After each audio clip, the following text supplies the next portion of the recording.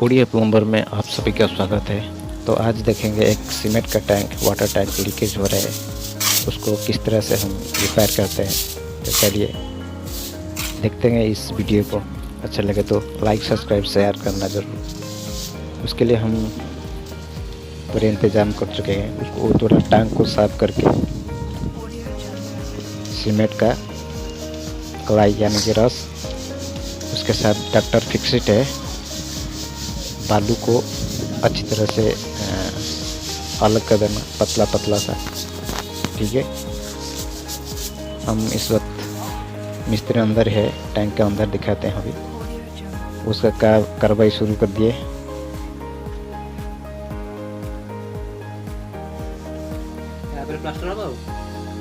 देखिए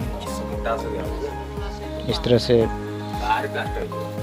लगा देते हैं हम सीमेंट को, इस तरह से अच्छी तरह से लगाने के बाद 2-3 दिन के लिए उसको सूखने के लिए छोड़ देंगे। उसके बाद पानी दे देंगे, थोड़ा एकदम मजबूत हो जाएगा।